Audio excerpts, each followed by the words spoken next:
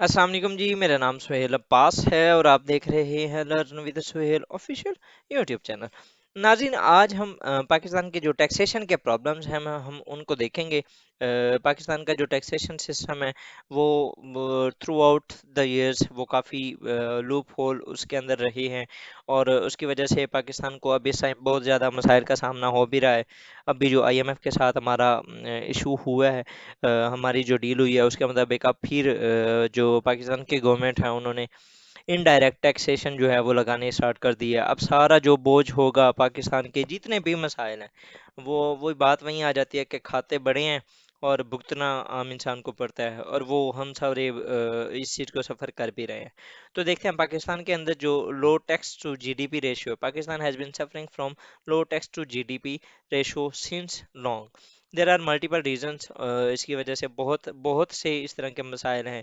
ठीक है, जिसकी वजह से हम जो हमारी जो low tax to GDP ratio है ये पाकिस्तान की शायद ये ना 9% हम अपने मुल्क का सिर्फ टैक्स जो है वो कलेक्ट करते हैं।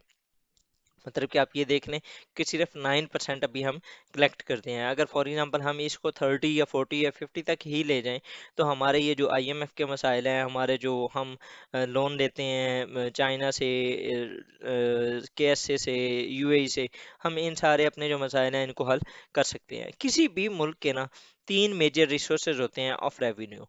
पहला होता है उसका टैक्सेशन, दूसरा होता है उसकी एक्सपोर्ट्स, और तीसरा होता है उसकी रेमिटेंसेस। ठीक है, हम एक्सपोर्ट्स में भी बहुत बुरे तरीके से मारे जा रहे हैं।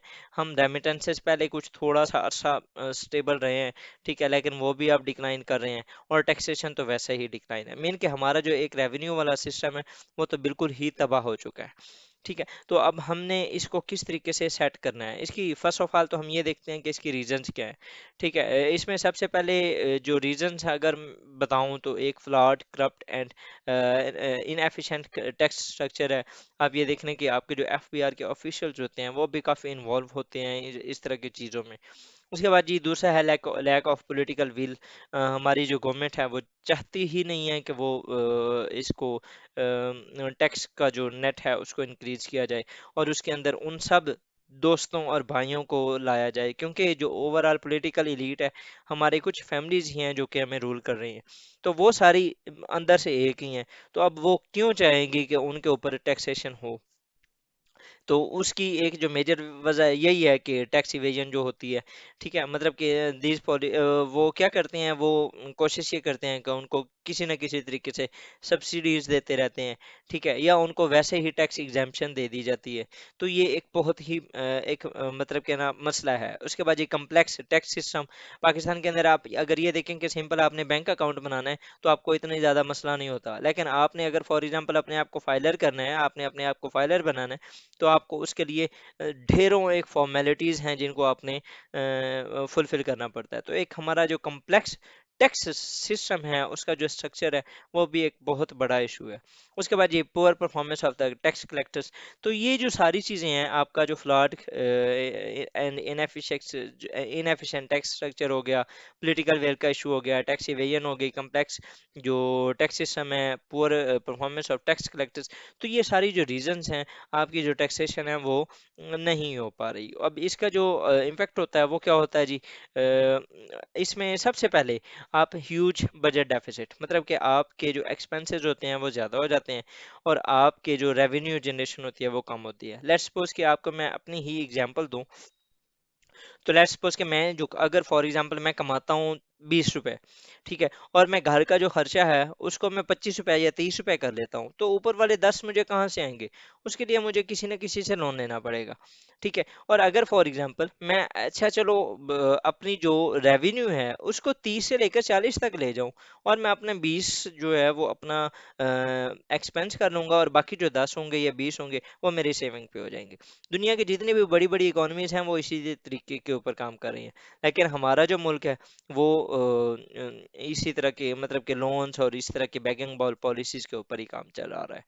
उसके बाद जी massive public debt, domestic and foreign, to fill the widening gap. अब ये जब ज़ाहिर बात है हमारे एक्सपेंसेस ज़्यादा होंगे, हमारा जो रेवेन्यू होगा वो कम होगा, उससे क्या होगा, हमारा बजट डेफिसिट होगा। अब बजट डेफिसिट जब होगा तो उसके लिए हमें डेट लेना पड़ेगा।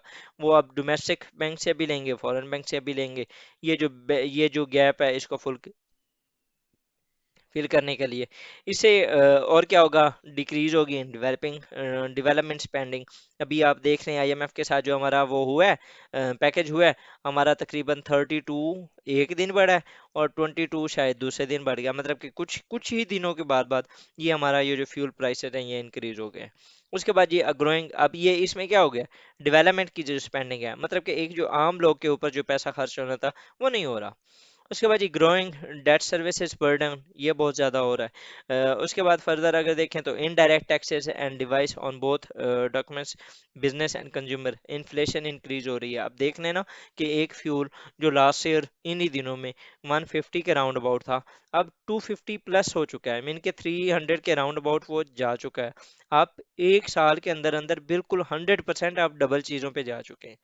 ठीक है, तो ये क्या है, आप अगर टैक्सेशन प्रॉपर लगाते, आपको ये इनडायरेक्ट टैक्सेशन लगानी ही ना पड़ती। ठीक है, अब ये ऐसे समझ लें कि वो जो गरीबों के जेब से पैसे निकलने थे, वो सॉरी अमीरों की जेब से पैसे निकलने थे, जिनका हक है, जिनकी ड्यूटी है कि उन्होंने पे करना है। मैंने अभी जो पिछला लेक्चर था उसके अंदर मैंने बताया भी था, लिंचिंग वाला जो था, कि हम सारे करप्ट हैं, बिकॉज हम कुछ देना ही नहीं चाहते, हम चाहते हैं कि बस हमारे पास आए, हम देना। ठीक है, और हमारी जो पॉलिटिकल एलीट है वो तो इस चीज़ की मैनिफेस्टेशन है, वो कभी भी नहीं चाहेंगे कि हम एक टका भी इस मुल्क के लिए लगाएं, लूटें सही, जो मर्जी करें, जब तक है जी खा लें। तो Pakistan can not become a tenable state without tax reforms. आपको टैक्स रिफॉर्म्स करनी होंगी, आपको ये जो अवाम की जेब से पैसे आप निकाल रहे हैं, कब तक निकालेंगे। अल्टीमेटली कोई एक आध इंसिडेंट इस तरह का हो जाना है, जिस तरह टुनीशिया के अंदर हुआ था, कि उधर भी इसी तरह हुआ था कि अवाम काफ़ी तंग हो चुकी थी, पॉलिटिकल एलीट सारी वही थी, डायनेस्टिक पॉलिटिक्स थी। ठीक है, तो एक शख्स ने अपने आप को आग लगाई, और उसकी वजह से एक मैसिव स्टॉर्म आया, एक प्रोटेस्ट का। अल्टीमेटली जो पॉलिटिकल एलीट थी उसको मुल्क छोड़ के भागना पड़ा। ठीक है, तो in addition to change in indirect taxes that will collect revenue across the board, Pakistan must move quickly to increase tax collection from these who are relatively more endowed. ठीक है, जो मतलब कि पॉलिटिकल एलीट है, या जो आपके ज़्यादातर जिनको अल्लाह ताला ने नवाजा हुआ है, लेकिन वो उस चीज़ के ऊपर सांप बन के बैठे हुए हैं। History has shown that Pakistan has repeatedly made commitments to its lenders and donors for targeting the rich. ठीक है, दो failed later to deliver on those programs. Consequently, the country's record on social justice has been left with many glaring gaps. ठीक है, तो हमारा जो एक मसला है कि जब भी हम कोई भी डील करते हैं तो हम ये कहते हैं कि हम जो अपने अमीर हैं उनको टैक्स लगाएंगे, लेकिन अल्टीमेटली हम क्या करते हैं, इनडायरेक्ट टैक्सेशन कर देते हैं। ठीक है, और फिर उससे क्या होता है, एक आवाम के ऊपर, आम इंसान के ऊपर ज़्यादा मसला बनता है। अब आपको चाहिए क्या, आपके इसके सॉल्यूशंस क्या हो सकते हैं, आप टैक्सेशन की रिफॉर्म्स करें, आप डायरेक्ट टैक्सेशन करें, उसके अलावा आप जो टैक्सेशन वाला सिस्टम है उसको कम्प्लेक्स की बजाय आप उसको आसान करें। ठीक है, आप उसके ई पोर्टल बना दें, आप इजीली लोगों को कहें कि वो इजीली आके आप जो टैक्सेस हैं वो अपने कलेक्ट कर सकते हैं। आप जो नया इन्वेस्टर है उसको आप एग्जाम्पशंस दें, जो पुरानी मछलियां बैठी हैं जो मुल्क को लूट के खा रही हैं, आप उनके ऊपर क्रैक डाउन करें, जिस तरह अमेरिका के अंदर भी हुआ था। अमेरिका के अंदर रॉकफेलर था एक, मुझे अब एग्जैक्ट, जॉन डी रॉकफेलर, उसने एक ऑयल माफिया बना ली थी। ठीक है, लेकिन क्या हुआ था, टेडी रोजवेल्ट आया, उसने कहा जी नहीं, मैं अपने मुल्क के अंदर इस तरह की कोई वो नहीं करने दूंगा। स्टेट की रेट उसने कायम की, उसने जितने भी मेजर मेजर माफियाज थे, जिस तरह पाकिस्तान के अंदर अभी इस टाइम मियां मंशा है, मियां रियाज है, इस तरह के जो वो थे उस टाइम के भी थे, उनमें जो सबसे बड़ा था जॉन डी रॉकफेलर था। उसकी ऑयल कंपनी थी और बहुत बड़ा उसका बिजनेस था। उसने जितनी भी छोटी छोटी कंपनियां थी उनको सारी उसने अलाइन कर ली थी, और उसने एक ही कंपनी बना ली थी, और वो जब भी कोई नई सारी उठाती थी वो उसको खरीद लेता था। तो फिर उसके बाद वो रूल करता था ओवरऑल गवर्नमेंट को, जो गवर्नमेंट की डिसीजन मेकिंग पावर थी उसके अंदर काफ़ी रिजिस्ट करता था। तो स्टेट्स ने क्रैकडाउन किया, और स्टेट्स क्यों, इंटरनेशनल सिस्टम, इंटरनेशनल रिलेशंस के अंदर states are the principal actors. ٹھیک ہے، اور they are sovereign in their decision making. So Pakistan has to be a sovereign, and it must have to think about the citizens of the people. ٹھیک ہے، تو اللہ تعالیٰ کرے گا کہ اس ملک کے جو لیڈران ہیں ان کو بھی اللہ تعالیٰ ہدایت بخشے گا، اور ہم عوام کو بھی بخشے گا کہ ہم اپنے حق کے لیے کچھ کہہ سکیں. ود دس ورڈ جی، thank you for watching my video. اچھی لگی ہو تو سبسکرائب کیجیے گا، شیئر کیجیے گا. اللہ حافظ.